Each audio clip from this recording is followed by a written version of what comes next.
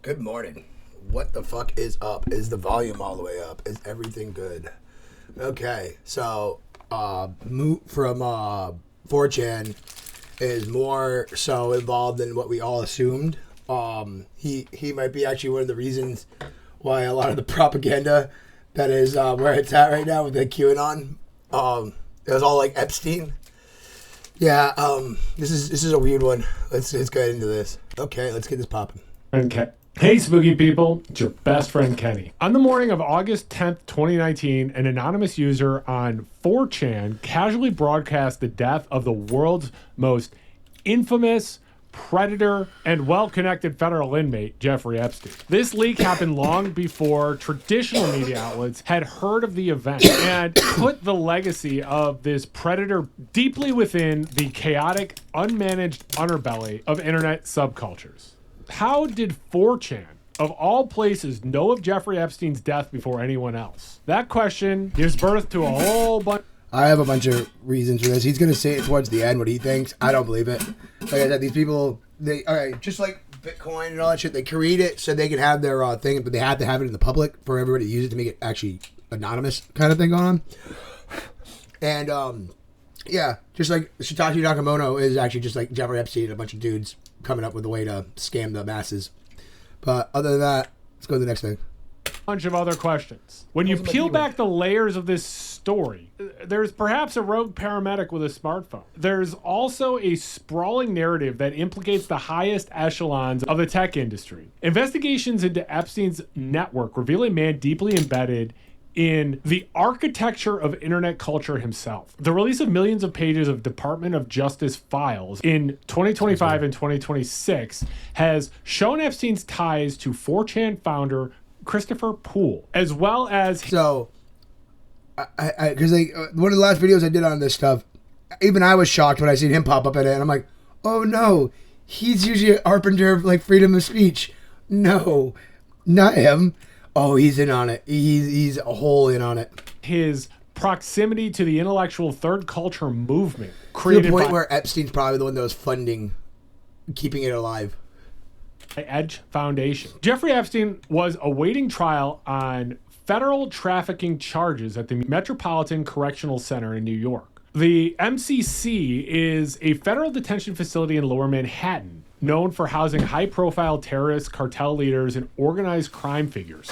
At 6:30 a.m. on August 10th, 2019, guards claimed to have found Epstein unresponsive in his jail cell. What followed was a frantic emergency response that ended at the New York Downtown Hospital, where he was pronounced dead at 6:39 a.m. You all know what the official narrative was, and what the official ruling of his death was. But this conclusion has been steeped in intense public skepticism. The strangest part about that morning, though, happened on 4chan. At 8:16 a.m., more than half an hour before the first mainstream media report, a 4chan user posted a message featuring an image of Pepe the Frog. The text was brief, but explosive. Epstein had died an hour ago.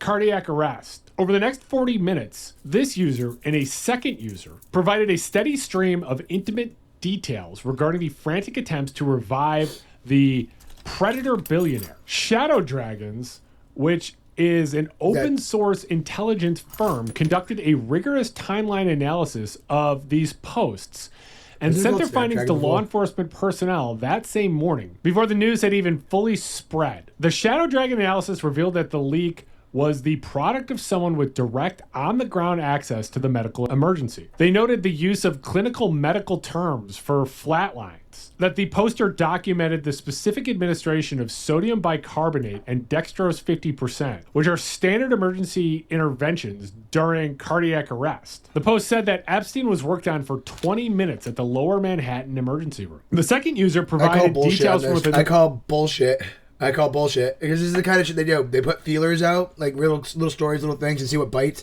And enough people bet on the worm here, so like now that's the story they went with. Because there's so much proof that he's a fucking alive and shit. And if anything, they staged his death. So there's that. So these could all just be like, random people on there. In the prison and itself, they took advantage stating of the that idea after that's going on right 4:15 now. a.m., Epstein was taken to medical in a wheelchair, front cuffed, and noted that a triage there's nurse QAnon claimed to have moms. spoken to him prior to the fatal event. The hyper-specific nature of these 4chan posts immediately triggered internal investigations by state and federal authorities. Because 4chan allows anonymous posting without user registration, tracking the identity of these users was hard. But the terms used overwhelmingly pointed to a medical professional, paramedic, or first responder. Following media scrutiny, the New York Fire Department reviewed the posts and formally denied that the leak originated from their people, though people still suspect that someone within the medical transport chain had broken protocol. In July 2025, the DOJ and FBI released a comprehensive review of the investigation of Epstein's death, confirming the ruling and addressing the digital leak that had fueled years of conspiracy theories. The internal memo concluded that investigators did not cover evidence that could... I think when they're doing the PR for him, they just realized like halfway through, they're like,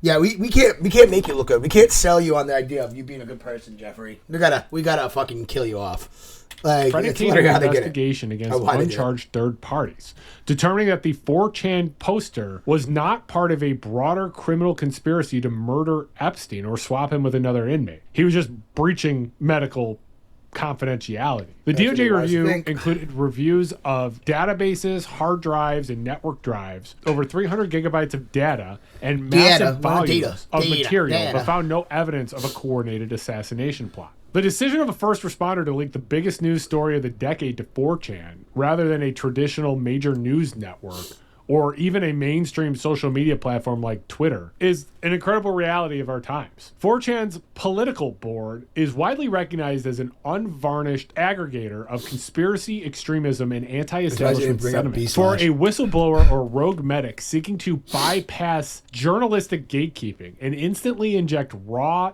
data into the public consciousness without leaving a digital footprint to a verified account, 4chan was the perfect place. It showed off 4chan's reputation as both a cesspool of junk news and a place for raw, unfiltered intelligence. Epstein was bizarrely connected with the architects of internet culture. The release of over 3.5 million pages of DOJ files in February 2026 exposed that he had a vast nature of powerful figures seeking Epstein's counsel long after his initial 2008 conviction. These included tech billionaires, international royalty, and prominent academics. I have a weird conspiracy that no one talks about, that everybody involved worked for PayPal. Like, it's really odd. Like, everybody worked at PayPal. A lot of these people. Like, everybody.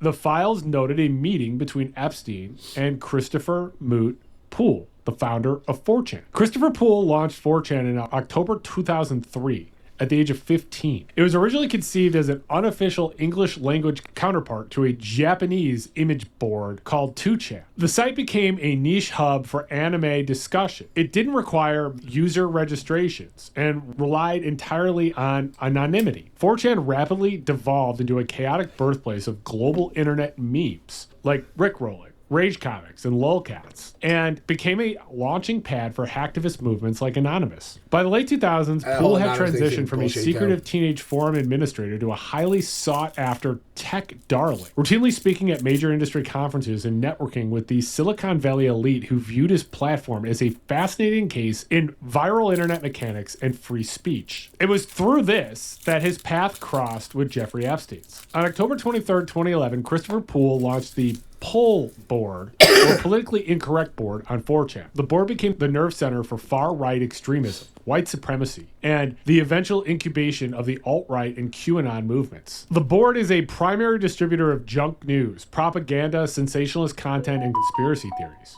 It's known for widespread racist, anti-Semitic, Islamophobic, and misogynist content, and has been linked to real-world extremist violence, including mass shootings. The 2026 meeting notes between Jeffrey Epstein and Christopher Poole sparked intense speculation across the internet that Epstein somehow founded or directed the creation of Poole. Epstein was a man who was obsessed with social engineering, mass media manipulation, and cultural influence. The timing of their meeting to the launch of the internet's most notorious and politically volatile board was a perfect ground for conspiracy theorists. The idea appears to have some circumstantial evidence. The most striking evidence is the timeline. 4chan's news board was deleted in early 2011 due to the fact that it devolved into a radicalist hellspace. But on October 23rd, 2011, Poole decided to reverse course and launch Poole as a containment board. The launch happened in the exact same month that internal emails show that Boris Nikolic was facilitating a meeting between Epstein and Poole. Epstein's interest was piqued enough that he famously noted in an email that he liked Moot a lot. The fact that one of the most influential digital spaces for political radicalization appeared just as its founder entered the orbit of a man obsessed with social control is a remarkable coincidence. Jeffrey Epstein viewed the world through the lens of social manipulation. He heavily funded the MIT Media Lab and was fascinated by how ideas spread through networks. Proponents of this theory say that Poole served as the perfect laboratory. If you wanted to study or influence the virality of radical thought or see how anonymous masses could be steered towards specific political outcomes, there was no better place to do it. No better petri dish than 4chan. The transition of Poole from a containment board to a global engine for the alt-right mirrors the kind of high-level social disruption Epstein was known to favor in his intellectual circles. 4chan was in a financial black hole for most of its existence. In 2009, Poole was reportedly tens of thousands of dollars in debt just from keeping the servers running, and advertisers famously avoided the site like the plague. Epstein's specialty was providing dark funding to projects that mainstream institutions wouldn't touch. 4chan was in a state of near bankruptcy in 2011.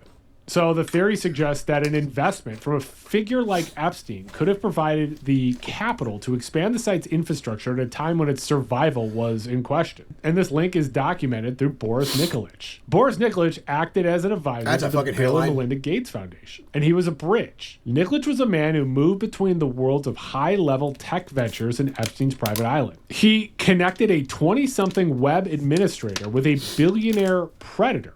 And that suggests that 4chan was being viewed as a significant asset in the tech world at the time. Christopher Poole has recently addressed these theories directly, stating that his encounter with Epstein was a chance meeting at a social event and that the decision to create Poole had been made weeks prior. He characterized the interaction as an unmemorable lunch and expressed deep regret of the association. Whether Epstein directly ordered the creation of Poole or just realized its potential as a tool for social upheaval, the closeness of his influence to the board's birth is interesting. The theory holds water because it fits the broader pattern of Epstein's life. He was a man who sought to own the future by influencing the people and platforms that shaped it. Epstein effortlessly used his wealth to penetrate the technology industry's inner circles. He viewed tech founders, academics, and politicians as collectible assets. The connection between Christopher Poole and the predator billionaire Jeffrey Epstein was constructed by those operating at the intersection of wealth, science, and academia.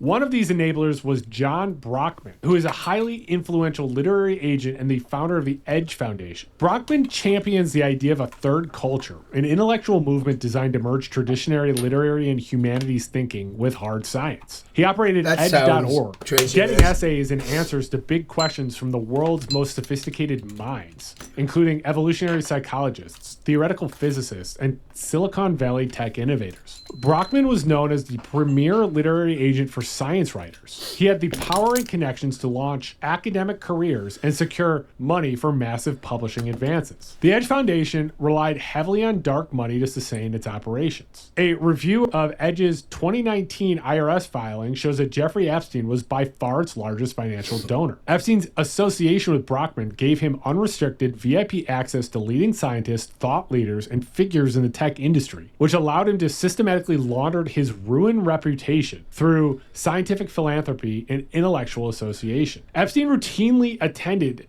exclusive dinners as late as 2011, years after he was a convicted offender. But his name, of course, has been conveniently scrubbed from the official attendee list published by the organization. Brockman's network acted as an elite filtration system, normalizing Epstein's presence among the elite of human thought. Researchers, academics, and young entrepreneurs who desired Brockman's representation or access to his funding channels were frequently put into Epstein's orbit. This created a dynamic where the intellectual elite agreed to look the other way, prioritizing grant money and networking opportunities over basic moral accountability. For example, researchers at MIT's Media Lab found themselves entangled in this web, forced to grapple with the reality that their funding streams were tainted by Epstein's money. Epstein's lunch with Poole is similar. Poole was a rising star in the tech world, and Epstein sought to... He just fucking put himself... He really was a hydra. He would put his head in everywhere, so he'd fuck everybody all up. Collect him, just as he collected evolutionary biologists and physicists. The launch of Poole in 2011 laid the digital groundwork for the populist, anti-establishment political wave that swept the United States and the globe in the later half of the decade. The board birthed the alt-right and served as the primary incubator for the QAnon conspiracy theory, a sprawling, decentralized belief system that suggested that a secret cabal of globalist PDF file elites were secretly running the world and manipulating world events. Well, the it's true. supreme It's what's irony been going is, on. of course, that the very politicians, tech billionaires, and right-wing media influencers heralded by 4chan as the saviors against this PDF file elite cabal were actively corresponding, dining, and collaborating with Jeffrey Epstein long after his PDF file was a matter of public and legal record. I hate For that we all have to example, do this kind of Steve shit that we Bannon, post on YouTube. executive chairman of Breitbart News, had direct contact with Epstein. Emails from 2018 reveal that Epstein actively advised Bannon on his political tour of Europe. The DOJ documents also reference a scheduled breakfast between the two in February 2019, just a few months before his final arrest. Peter Thiel, the billionaire venture capitalist and co-founder of PayPal and Palantir Technologies, was also listed in Epstein's schedules. Documents released by the House Oversight Committee in September 2025 referenced a planned lunch between Thiel and Epstein in November 2017. Thiel's status as an anti-establishment tech icon contrasts with his willingness to eat with the ultimate symbol of elite corruption. And Elon Musk, the CEO of Tesla and owner of Twitter, had his own document. They're all working for PayPal. They all worked at PayPal at some point between in the early 2000s and the late 90s. It's weird. And they all look different from now. Like they're significantly aging then, and then now they all have like healthy shit. Communication You're with baby the blood. predator billionaire. The 2026 Adrenalized DOJ blood. files show several years of contact between the two, including a 2012 message where Musk casually inquired what day night will be the wildest party on your island. Furthermore, Epstein's schedules referenced a potential trip by Musk to Epstein's private island in December 2014. The implications of this network are staggering. The user base of 4chan's Poole spent years conducting investigations to expose elite child trafficking, elevating figures like Bannon and Musk as heroes, yet these same heroes were completely comfortable spending time with Epstein. Epstein used his immense wealth to purchase immunity from the very anti-elite purges the alt-right movement Bribing and claimed extortion. to champion. By February 2026, the Justice Department's failure to fully declassify and unredact the files has sparked uproar. A broken promise to release more information sparked outrage as the DOJ maintained that Epstein did not leave behind a formalized client list. Attorney General Pam Bondi faced intense backlash after suggesting officials were poring over a truckload of evidence, only for the DOJ to conclude that public disclosure of much of the material would not be appropriate due to court seals. Figures like Tucker Carlson, Laura Loomer, and Steve Bannon himself have claimed the government's handling of the case showed a lack of transparency. The Epstein files didn't reveal a hyper-organized, blood-drinking, satanic cabal. They showed a system where dark power operates in plain sight, where billionaires, politicians, and tech moguls socialize across party lines, completely indifferent to the criminal convictions of their peers. 4chan being capable of breaking the news of Jeffrey Epstein makes you reconsider the platform itself. Maybe it's not a wild, unmoderated forum. Maybe it's smarter to think of it as a heavily monitored, actively manipulated space. There has been persistent theories that the site operates as a government honeypot. Because 4chan allows anonymous posting, it's a target for federal monitoring.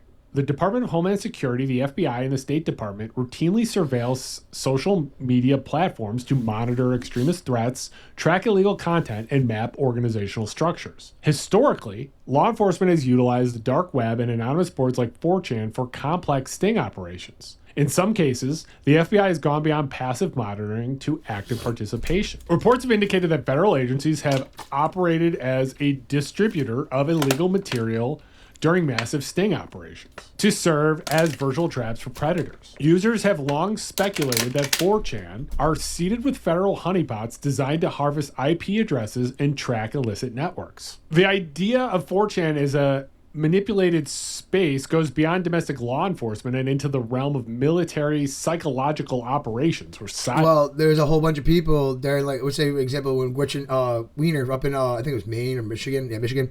She tried getting kidnapped by like a bunch of federal agents. There was only like 2 people involved that were real, but they're all found off 4chan boards. This happens actually a lot. Yeah. In 2011, the U.S. government launched Operation Earnest Voice, a sophisticated software program developed for the military to create and manage thousands of fake social media profiles to disseminate propaganda, counter extremist narratives, and manipulate online opinions. The United States government officially claims that Operation Earnest Voice and similar cyber influence tools are used exclusively against foreign populations. But the internet, and especially 4chan, is borderless. So it's impossible to state that you're not taking this influence against Americans or only against foreign populations. The August 10th leak of Jeffrey Epstein's death was very much likely a first... I think it was just a psyop to make people think he was more dead than he was already dead when he's alive. Responder so he's not dead, posting on 4chan. The highly specific terminology used by the posters points to an individual that was physically present during or immediately after the medical resuscitation efforts at the Metropolitan Correctional Center or the New York Downtown Hospital. The DOJ and FBI's ultimate conclusion that no third parties could be charged confirms that this was an unauthorized leak of classifiable medical events. 4chan was used because its architecture of total anonymity provides the safest place for high-risk whistleblowing in the modern era. At the end of the day, Jeffrey Epstein was a predator that thrived in a system that prioritized wealth and influence over legal and moral accountability. The fact that his death was broadcast anonymously into the void of a toxic image board they did it so conspiracy theory people could, like, you know, fester in the fucking thing. Shows a society where the official narrative is always distrusted and is often sandwiched between extremist propaganda. He has ties. 4chan has ties to Epstein. It's all connected. They're all doing the same run. They're all fucking trying to cheat us.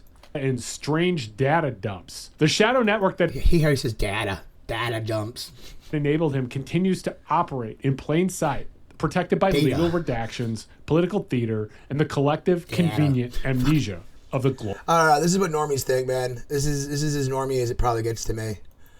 I hope everybody has a great day. I might make another video. I really like making the Tartarian one the other day. So I might go driving around once I get some gas in my car and scope out some places. It'll be a lot better once summertime comes around. I'll actually get on the ground and start going around these places. Connecticut's got tons of them. I want to go out there too. But that's just way off topic. I hope everybody has a great day. God bless.